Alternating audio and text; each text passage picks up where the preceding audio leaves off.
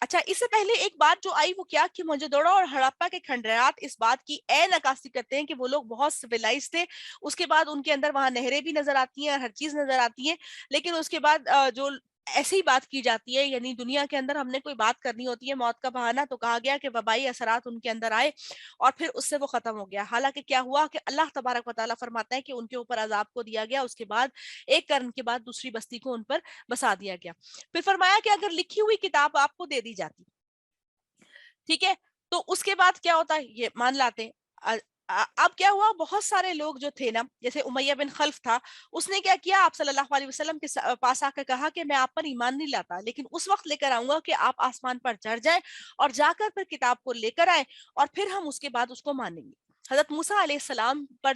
جو تورات نازل ہوئی تھی وہ لکھی ہوئی تختیوں کی فارم کے اندر نازل ہوئی تھی, جس کا ذکر قرآن الحکیم میں بھی آتا ہے. پھر اس کے بعد کیا ہوا کہ اسی طریقے سے جب یہ اہل کتاب کے پاس جایا کرتے تھے اور جا کر پوچھ کر آیا کرتے تھے, تو تب بھی یہ کہتے تھے کہ یہ کیسی بات ہے جو ان کے پاس وہی آ رہی ہے, ہمارے پاس تو تورات جو تھا وہ تختیوں میں لکھی ہوئی آئی تھی. تو اب رزلٹ کیا نکلا کہ ہمارے پاس یہ آ جائے کتاب لکھی ہوئی. جس انسان نے ماننا ہوتا ہے وہ کسی کی بات کو بھی ایسے ہی مان لیتا ہے, جب وہ یہ سمجھتا ہے نا کہ میرے رب کی بات ہے اور واقعی سچ کہا گیا ہے, اس کو مان لیتا ہے, اور اگر نہیں ماننا ہوتا تو کسی صورت بھی نہیں مانتا. حضرت ابوبکر صدیق رضی اللہ تعالیٰ عنہ سے انہوں نے آ کر پوچھا کفار مکہ نے کہ کیا تمہیں پتہ چلا کہ تمہارے ساتھی نے آج کیسی بات کی, بہت تعجب والی بات کی, اس بات پہ تو کوئی بھی نہیں بات مانے گا. اور وہ اس بات پر انتہائی خوش ہو رہے تھے کہ اب جو ہے نا بس جو اب نیا دین جو ابھرا ہے اس کا قلع قمع ہو جائے گا. تو حضرت ابوبکر صدیق رضی اللہ تعالیٰ عنہ نے ارشاد فرمایا کہ کیا کہتے ہیں, یعنی میرے صاحب جو ہیں, صاحب کہتے ہیں اصل میں ساتھی کو, کہ میرے صاحب جو ہے وہ اصل میں کیا کہتے ہیں. تو انہوں نے کہا کہ تمہارے صاحب نے کہا کہ میں راتوں رات گیا اور میں بیت الحرام سے لے کر مسجد اقصی تک گیا, اس کے بعد میں آسمان کی سیر کر کے لوٹا ہوں اور وہاں سے اللہ کے بہت سارے اللہ تعالیٰ نے مجھے جو غیبی علم ہے وہ عطا فرمائے ہیں. تو حضرت ابوبکر صدیق نے فوری طور پر ارشاد فرمایا کہ میرے صاحب نے اللہ کے حکم سے جو دیکھا اور جو کہا وہ بالکل برحق ہے. اس کے بعد وہ نبی اکرم صلی اللہ علیہ وسلم کے خدمت اقدس میں حاضر ہوئے اور پھر ان کی بات کی تائید کی, اور سب سے پہلے وہ سچے انسان کہلائے جنہوں نے اس واقعہ معراج کے اوپر اقرار کیا تھا. تبھی اللہ تبارک و تعالیٰ کے حکم سے حضرت رسول اللہ صلی اللہ علیہ وسلم نے انہیں صدیق کا لقب فرمایا, اور ساتھ میں رسول اللہ صلی اللہ علیہ وسلم نے ارشاد فرمایا کہ اس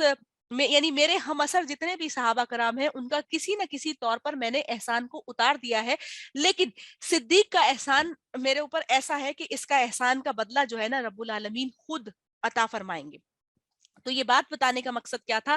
کہ کسی بھی انسان کے سامنے آپ احادیث کی روشنی میں کوئی بات کر لیں, کوئی بھی چیز کر لیں, تو تب بھی وہ نہیں مانیں گے, کیونکہ انسانوں کے دل جو ہے وہ اتنے زیادہ اپنی چیزوں میں فوکس ہو گئے ہیں کہ اب وہ قرآن اور حدیث کو صرف ریچولز کے طور پر لیتے ہیں. اچھا اس کی سادہ سی میں مثال دے دوں کہ اگر خدا نہ خواستہ کوئی فوت ہو جائے تو لوگوں کو یہ فکر پڑ جاتی ہے کہ ایک تعداد کو جمع کر دیا جائے اور ان کے ہاتھوں میں قرآن پاک کو پکڑا دیا جائے اور پھر وہ ایک ریچول کے طور پر اس کو پڑھ لیں اور ہاتھوں میں گٹھلیاں دے دی جائیں تو وہ پڑھ لیں, تو گھر کے اندر ایک ماحول اور ایک نقشہ کھنچ جائے کہ جس کے بعد وہ فوتگی والا گھر اس طرح سے لگ رہا ہو. ٹھیک ہے, اور باقی تمام تر زندگی کے اندر ہمیں کبھی خیال نہیں آتا کہ ہم اصل میں جو ہمارے پاس کتاب ہے ہم اس کو سمجھنے کی کوشش کرتے ہیں یا نہیں کرتے. تو یہی ان لوگوں کا حال تھا کہ وہ یہ کیا کہتے تھے کہ اگر ان کے سامنے کوئی کتاب آ جائے گی تو اس کے علاوہ وہ کوئی جادو کے علاوہ اس سے زیادہ کچھ بھی نہیں سمجھیں گے. بھی فرمایا گیا وقالو, اور انہوں نے کہا لولا کیوں نہیں انزلہ اتارا گیا علیہ اس پر ملکن کوئی فرشتہ, ولو انذرنا اور اگر نازل کرتے ہم ملکن کوئی فرشتہ, لقضی البتہ فیصلہ کر دیا جاتا الامر معاملے کا, ثم پھر لا ينظرون نہ وہ مہلت دیے جاتے. یعنی اگر اللہ کی طرف سے کوئی بھی معجزہ آ جاتا ہے تو اس کے بعد کیا مطلب ہوتی ہے کہ اب جو ہے وہ حد جو ہے مکمل طور پر قائم ہو گئی. اس سے پہلے جو ہے جو نبی وقت ہوتے ہیں وہ اپنی قوم کو بتا دیتے ہیں کہ اب جو ہے یہ وقت مکمل ہو گیا. اس کی مثال جو ہے حضرت صالح علیہ السلام کی قوم کی ہے کہ جب انہوں نے معجزہ بار بار مانگا تھا تو اللہ تبارک و تعالیٰ نے انہیں اونٹنی کا معجزہ دیا تھا, اس کے بعد انہوں نے اس کی کونچیں کاٹ دی, پھر کہا گیا کہ دیکھو عذاب آنے والا ہے, اب بھی توبہ کر لو, اب بھی توبہ کر لو, لیکن وہ ڈھیٹ رہے, انہوں نے نہیں معافی مانگی.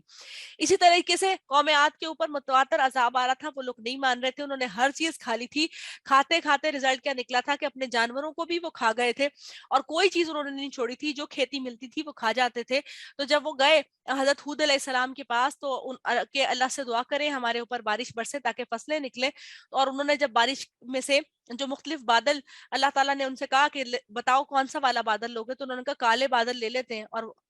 اللہ کے حکم سے وہی عذاب کے بادل تھے. تب بھی کہا کہ معافی مانگ لو, لیکن انہوں نے نہیں مانگی, اور اس کے بعد کیا ہوا, عذاب آ گیا. صرف حضرت یونس علیہ السلام کی جو قوم تھی نا, اس میں جب عذاب کا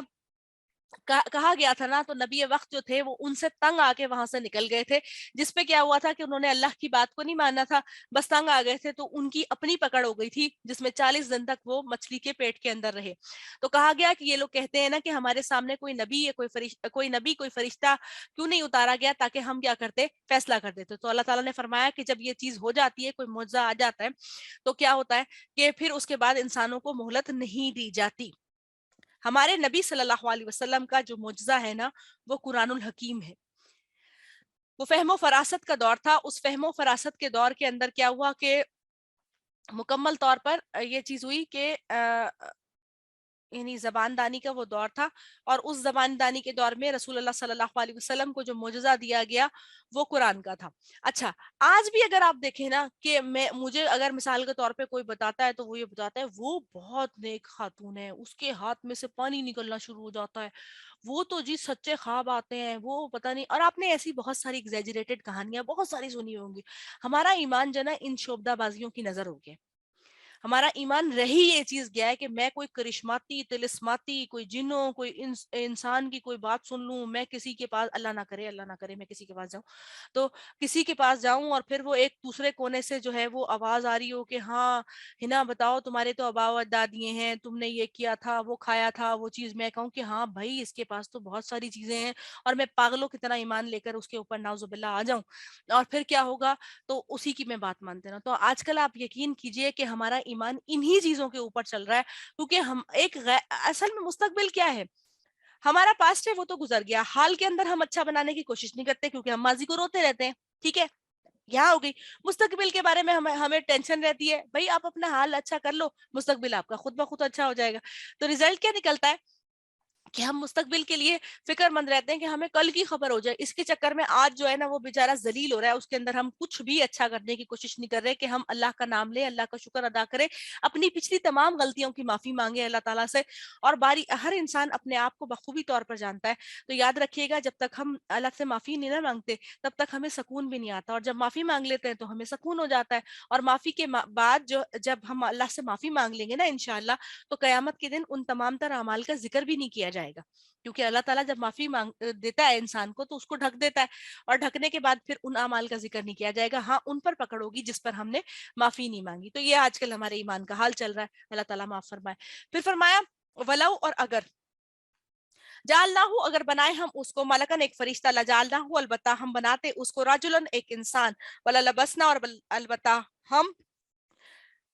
کر دیتے ان پر مشتبہ, یعنی ان پر مشتبہ کر علیہم ان پر, یعنی ایک کوئی چیز مشابہ والی چیز ان پر کر دیتے, یلبسون وہ اس میں شبہ کرتے. اب اس کا مطلب کیا ہوا کہ اللہ تعالیٰ نے فرمایا کہ اگر ہم کوئی نہ کوئی فرشتہ بھی بھیج دیتے نا, تو انسان ہی اس کو بنا کر بھیجتے. یعنی اللہ تعالیٰ نے قرآن الحکیم جو ہے وہ انبیاء علیہ السلام پر نازل فرمایا, اور قرآن الحکیم میں ہی اللہ تعالیٰ ارشاد فرماتا ہے کہ ہم نے نبوت نہیں دی سوائے مردوں کو, یعنی مردوں کو جو ہے وہ نبوت ملی, اور اس کے بعد رسالت کے عہدے پر انہیں فائز کیا گیا. تو پھر کہا گیا کہ ہم فرشتے کو اتارتے اور ان کے اوپر معاملہ مشتبہ کر دیتے, تب بھی ان کے ذہن میں سمجھ نہیں آتا کہ یہ انسان کی فارم میں آیا ہے, تو کیا یہ ملائک یعنی فرشتہ ہے یا انسان ہے, یا اس کی بتائی ہوئی بات پر ہم عمل کریں یا نہ کریں. تو کیا ہوا کہ اللہ کا احسان ہے کہ اس نے مومنوں کے درمیان میں سے انہی کے جیسا ایک رسول کو اٹھایا. اور آپ صلی اللہ علیہ وسلم نے بھی حضرت جبرائیل علیہ السلام کو جب پہلی بار دیکھا تھا نا, تو نبی اکرم صلی اللہ علیہ وسلم جب گھر لوٹے تھے تو بی بی خدیجہ کو تب بھی انہوں نے فرمایا تھا زمیلونی زمیلونی, کہ مجھے اوڑھنی کو اٹھا دو. اور جب انہوں نے ڈیٹیل کو بتایا تھا تو کہتے ہیں کہ بی بی